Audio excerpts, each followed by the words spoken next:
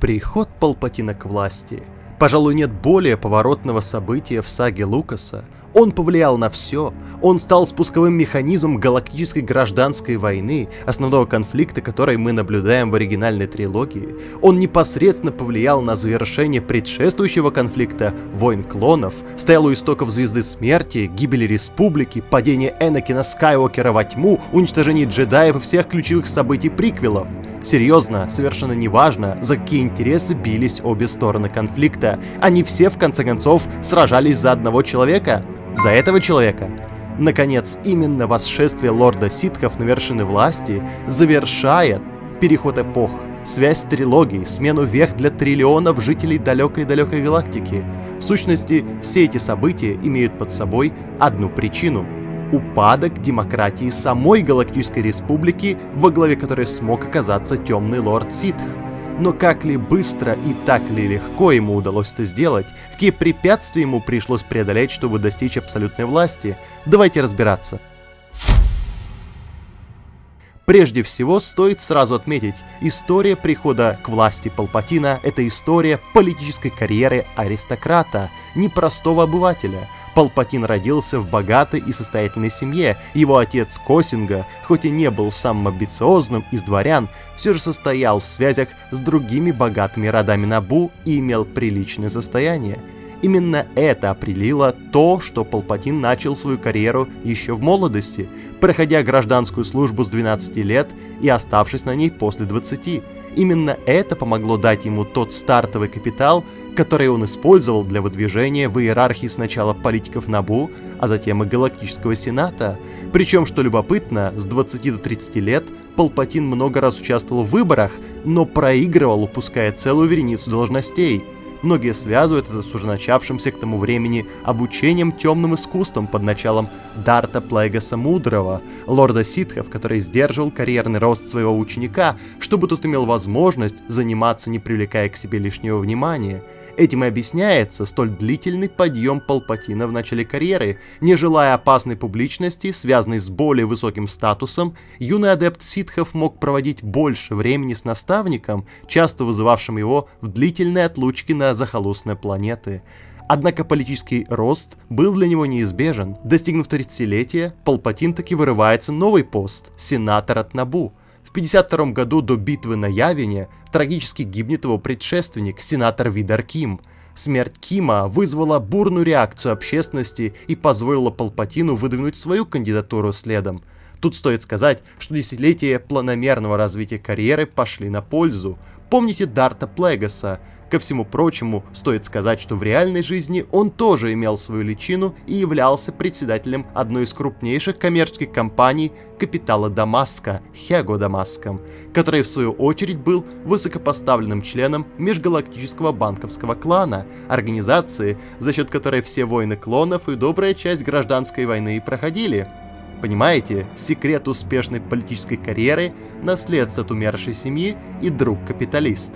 Да, кстати, к этому времени трагически умирает вся семья Палпатина. Их тела находят мертвыми на прогулочной яхте во время очередного межзвездного путешествия, и все наследство переходит по достижении 21 года несчастному сироте, который использует каждый кредит, чтобы подняться наверх. Благодаря посредничеству капиталов Дамаска, которые рассчитывали внести большие инвестиции в Набу из-за разведданных там месторождений плазмы, он добивается назначения в Сенат и направляет сюда не один, а в окружении близкого круга доверенных людей, которых собрал за это время. Правило хорошего политика – всегда заводи друзей. Политика не делается в одиночку. И с вашего позволения мы остановимся на них. Кинман Дариана, с которым Палпатин был знаком еще с Набу, обучаясь вместе на одном курсе подготовки юных законодателей.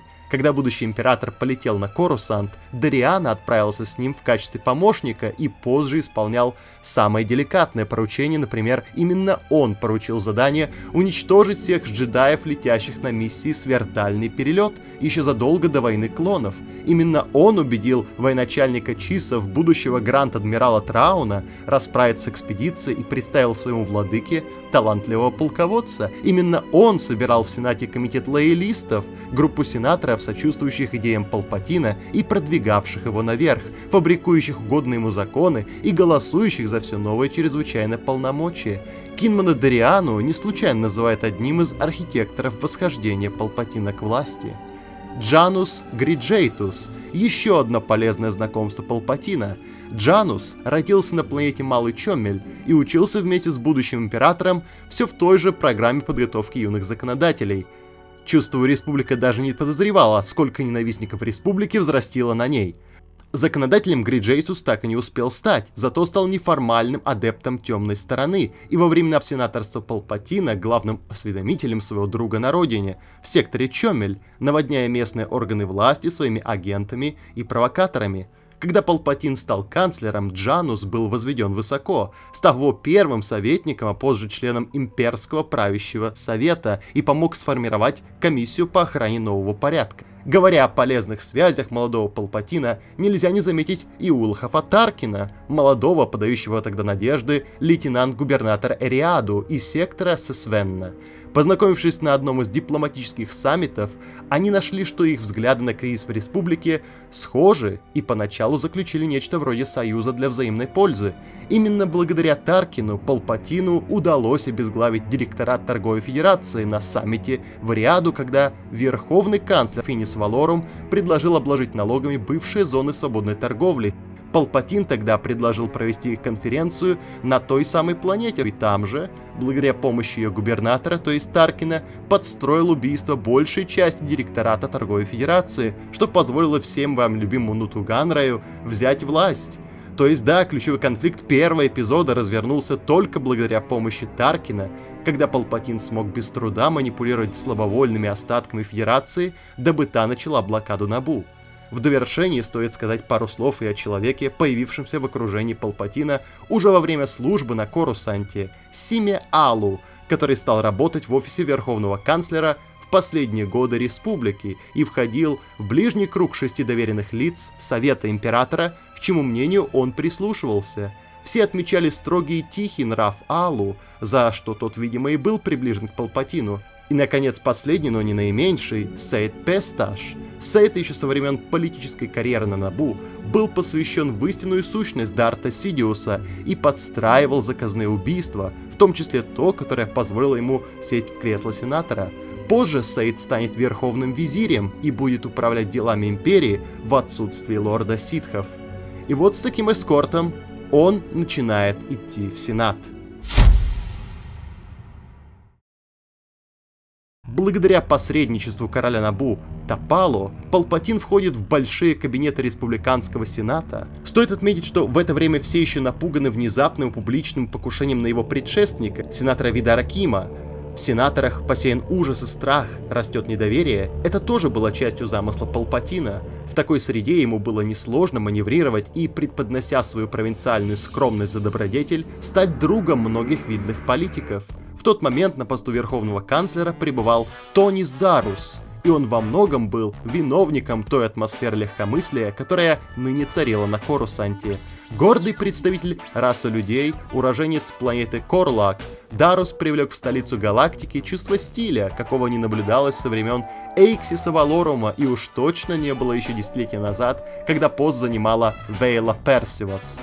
Дарус не был женат и оставался неисправимым ловеласом, поклонником спорта, оперы, законных азартных игр и изысканной кухни. Его первый срок на посту канцлера был ознаменован ростом злоупотреблений во власти и буйным расцветом коррупции. Еще на самом первом заседании в роли сенатора Палпатин проявил все свое искусство дипломатии и старательно увернулся от каких-либо прямых позиций, предоставляя другим считать себя фигурой компромиссной, надежной и лояльной, что в этой обстановке только добавило его положению веса. «Не далее как 3 стандартных месяца назад, — молвил он, — сенатор от сектора Чомель, много лет верой и правдой служивший республике, пал жертвой убийства прямо здесь, на Корусанте. Сенатор Ким был известен многим из вас как честный и неподкупный политик, который был искренне обеспокоен растущим влиянием картелей и тем, что баланс сил в Сенате в любой момент может быть нарушен. Его трагическая гибель вызвала немало голословных обвинений и послужила поводом для расследования, но мотивы для убийства до сих пор не выявлены, а заказчики не найдены. Как следствие всего вышесказанного, и да, в знак протеста против методов, которыми ведется расследование смерти Вида Ракима, мой правитель, король Бон Топала, поручил мне объявить, что Набу и планеты сектора Чомель воздерживаются от голосований.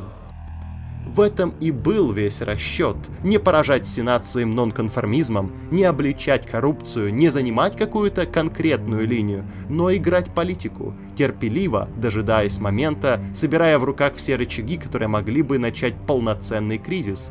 Палпатин поднимался, не вызывая на себя какой-либо зависти или особого внимания.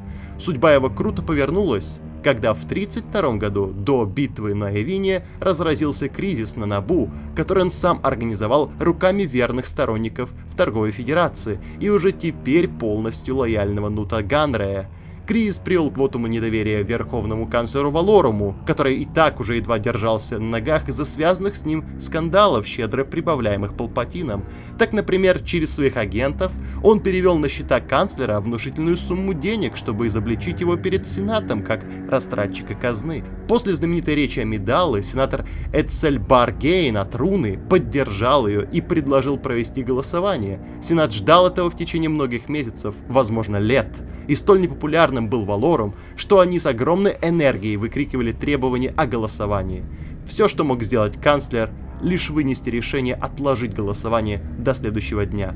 Палпатин уже знал, что это голосование закончится для команды Валорума плачевно. Теперь осталось только гарантировать, что именно он займет место Валорума. Образовавшийся вакуум власти открывал перспективы для двух главных фракций в Сенате. Верные своему делу сенаторы видели опасность в непостоянстве правительства и стремились выбрать сильного лидера, чтобы действительно уничтожить коррупцию в Сенате и гарантировать безопасность. Коррумпированные сенаторы также хотели стабильности, но только если они смогут продолжать разграблять государство, и потому искали формальную кандидатуру, которая обеспечит видимость стабильности, а с коррупцией будет бороться только на словах, в то время как они будут продолжать грести богатство под себя. Бейл Антилес, представитель Альдерана, был выбором лояльных сенаторов, в то время как Эйнли Тим, представитель Маластера, был выбором коррупционеров. Эти два лидера среди кандидатов никого не удивили, оба уже проводили кампанию в течение многих месяцев, даже во время коррупционного скандала. Большая часть закулисных интриг, которые привели к избранию Палпатина, нам неизвестна. Однако мы знаем, что он работал в течение многих месяцев, чтобы привлечь внимание влиятельных существ в Сенате во главе с сенатором Орном Фритаа от Релота. Та не был доволен ни кандидатурой Тима, ни кандидатурой Антилеса. До этого, преодолев коррупционный скандал, Палпатин засветился как потенциальный кандидат и послужил своего рода компромиссом. С точки зрения Таа, это имело смысл. Палпатин имел немного врагов в Сенате, но много друзей, тем самым это гарантировало, что все фракции могли плодотворно с ним сотрудничать. Годы терпеливого восхождения к власти, наконец, начали приносить плоды. На следующий день Палпатин в ходе голосования набрал подавляющее число голосов и был провозглашен верховным канцлером.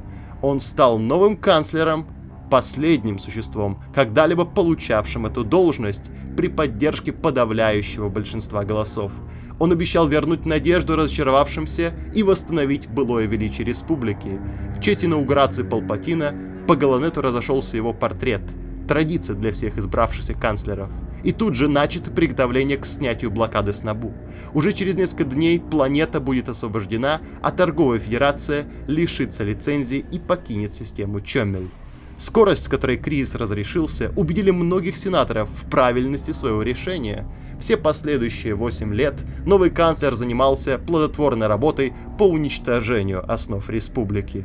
После неудачного покушения, подстроенного им же самим, он использует повод, чтобы объявить о создании личной стражи. Уже очень скоро Алая Стража или Алая Гвардия будет охранять не только его, но и важнейшие государственные учреждения, еще больше подчиняя их власти Палпатина. Незадолго до начала печально известных войн клонов, Палпатин инициирует новую популистскую акцию, в которой сыграл любимую им роль оскорбленной невинности и предложил руку дружбы с позиции силы. Тогда триллионы зрителей Галанета со всей галактики лицезрели Палпатина, вклинившегося в обычные программы и во время 12-минутной трансляции, предложившего графу Дуку вступить в переговоры. Он до последнего сохранял вид миролюбивого правителя, не чуждого чаяниям простых граждан, сопротивлялся предложениям о воссоздании республиканской армии и даже на принятие особых полномочий заявил, что данную власть он берет лишь на время, пока кризис не минует. Однако, когда в 28 году до битвы на Яве не закончился срок пребывания Палпатина на посту канцлера, были проведены очередные выборы. Несмотря на то, что реформы пробуксовывали, Палпатин сделал для этого все необходимое. Интриги и отсутствие реальной политики обеспечили Палпатину переизбрание. Это были последние выборы канцлера в истории республики. Незадолго до следующих выборов, в 24 году, до битвы на Явине, усилиями Палпатина в Конституцию была внесена поправка, позволяющая ему оставаться на посту бессрочно. Последние выборы прошли уже без неожиданностей, и других просто не проводилось. Для сплочения своих сторонников Палпатин начинает также обставлять заказные убийства сенаторов, недовольных расширением его полномочий. Вскоре погибло несколько видных политиков, включая Акса Меот Маластера, и чуть не произошло покушение на сенатора Амидалу. Ни одна организация так и не взяла на себя ответственность за убийство, но при существовавшей угрозе со стороны сепаратистов, так и ожидал Палпатин, именно они стали первыми подозреваемыми. Кроме того, также ожидаемо Палпатином и неожиданная для Сената неспособность джедаев сдержать волну насилия усилила общий эффект. Айнли Тим выступил в Сенате с критикой джедаев. Результат был очевиден. Если джедаи и силы правопорядка не способны защитить республику, им в помощь нужно создать армию. Внешне пребывая в нерешительности, Палпатин наблюдал за развернувшимися дебатами с удовлетворением. Этот Сенат сам требовал от него принять полномочия. В течение войн клонов власть Палпатина постепенно усиливалась. Все больше поправок вносилось в Конституцию ради безопасности, и все они передавали и большую власть Палпатину, включая статут 312-Б, который повышал вес голос сенаторам от центральных миров и внутреннего кольца, сенаторам, которые больше всех поддерживали канцлера. Палпатин продолжал использовать свои значительные навыки манипуляции, искусных отговорок, углубляя конфликт республики с конфедерацией. Другая военная поправка к Конституции, которая в очередной раз усилила чрезвычайное полномочие, была чрезвычайная поправка 121-Б, которую и сторонники, и противники называли защитной поправкой. Все они требовали, однако, внесения такой поправки в Конституцию. Она улучшила бы стойкость республики к нападениям сепаратистов. Загвоздка состояла в том, что 121-Б должна была убрать проблему местной юрисдикции там, где происходило удаленное от центра сражения, и таким образом эта правка увлекла бы в сражение не только местные ресурсы, но и силы других систем. Главный эффект 121-Б состоял в том, что Палпатин и им лично отобранные чиновники стали иметь намного больше контроль над секторальными и системными силами, чем прежде. С принятием этой поправки чиновники, назначенные военным советом Палпатина, заменили прежний командный состав нескольких ключевых лоялистских сил. Началось формирование лояльной лично ему, Палпатину, армии.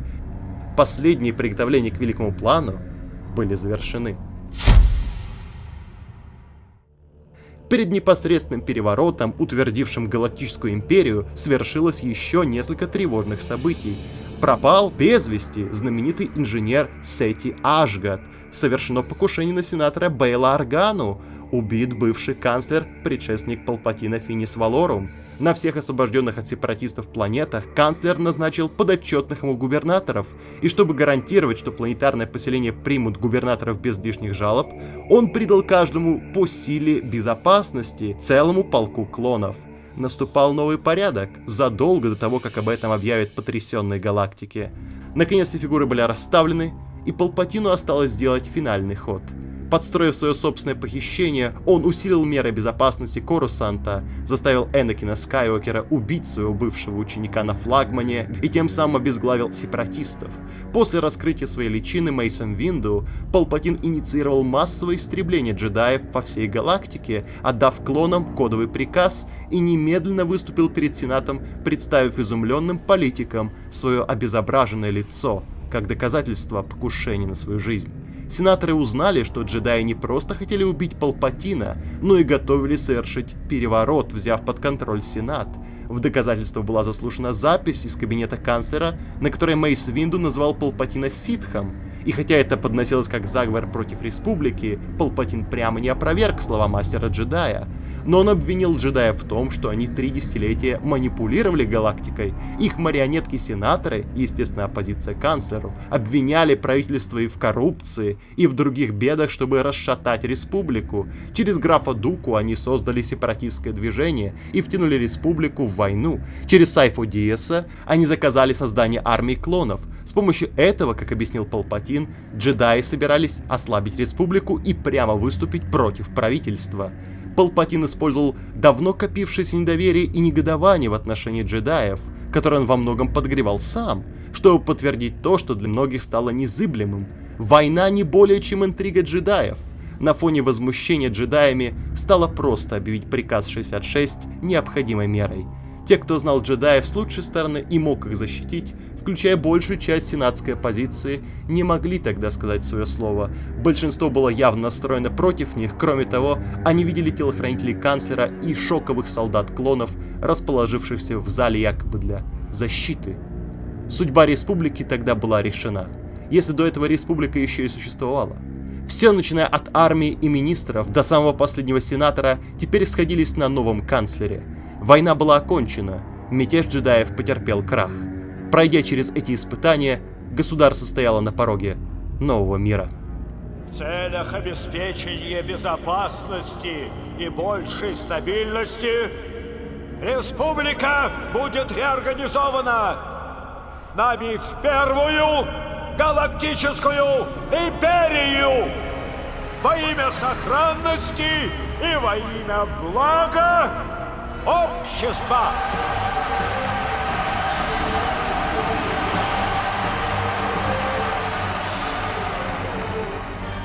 Спасибо большое всем за просмотр. Прошу, не забудьте подписаться на наш канал, поставить лайк и поделиться этим видео с друзьями. Мы очень стараемся выпускать эти видео чаще. Прошу, не стесняйтесь и делитесь им со всеми.